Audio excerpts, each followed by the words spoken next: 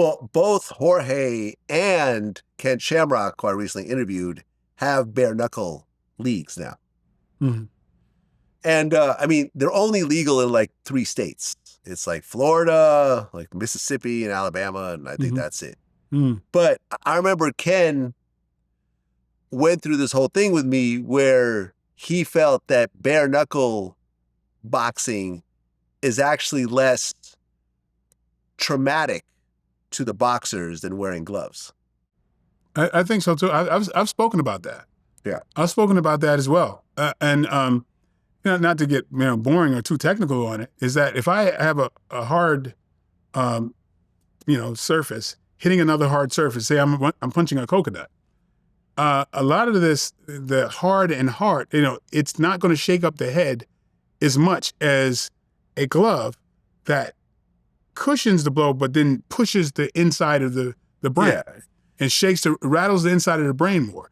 So when the impact is dissipated on 2 hard surfaces, it's not as much of that.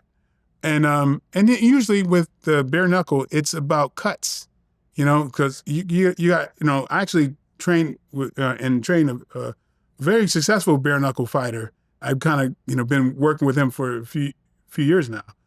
And so we drill the fact that you have to use your knuckles like it's a knife. So, because at a certain point where if you're hitting an object and it's right there and you continue to push, your wrist, everything takes the brunt of it, right? If you continue to penetrate. But if you hit the surface just into 2 inches, you're cutting everything. You want to cut the skin and boom, like put that at the very end where you're only punching 2 inches into the target. That lacerates the target, right? And so thinking about that like a joust, or if you had a knife, you don't want to get this close and then, stab through. You want to keep somebody at the very end. So that way, you're putting damage on that person and not your hands. Because I could punch that wall with 2 inches. If I get closer to it, I'm going to hurt my hand. You know what I mean? But I can hit the wall with my knuckles at a certain distance. And so this fighter I've been working with, he's undefeated. He's undefeated, and he's tearing people up that way. Bare knuckle. Oh, yeah.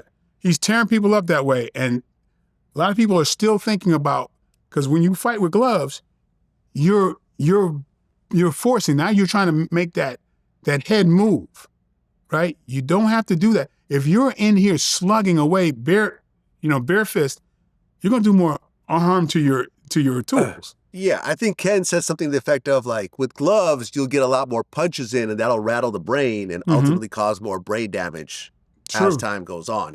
He made a whole analogy about, like, putting an egg inside of a container and, and so forth. Yeah.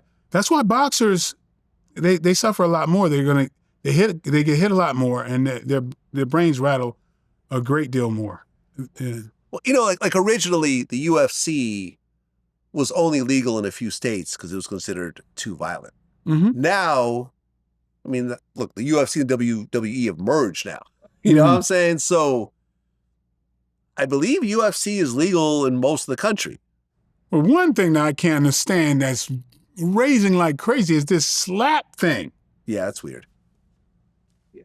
I'm sorry. I mean, you know how I'm saying my heart goes out to the fighters and whatever, there's a skill involved.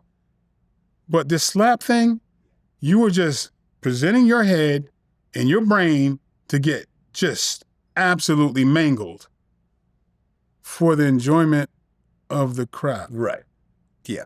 I don't think there's any escaping brain damage. Oh, yeah. This is what they should call it, the brain damage competition. I don't get that. And the winner of the brain damage competition. Yeah. And, it's like, Johnny Brainless. Hey, thanks for the money. He's like eating the trophy. Like. Right, yeah. I'm like. Yeah, I actually looked it up.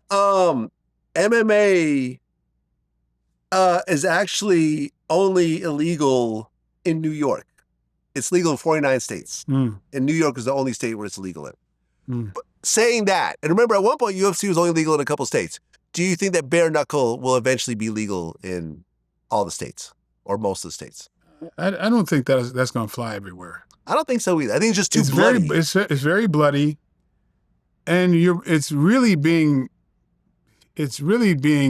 engineered by ex-fighters, ex-UFC fighters that have some name. That's going to die out soon. So I don't think it's got to, I mean, because even as popular as the UFC is, it almost met its demise several times. Yeah. So you're going to tell me, unless the UFC sanctions the bare knuckle stuff, I don't see it lasting that long. I don't think they're gonna sanction that, because at this point the UFC is an umbrella of WWE and the UFC, and I think they're doing very well with that. And I don't think they want to bring in something ultra violent that's gonna kind of poison the rest of the business. Yeah, and there hasn't been a death yet in that, but yeah.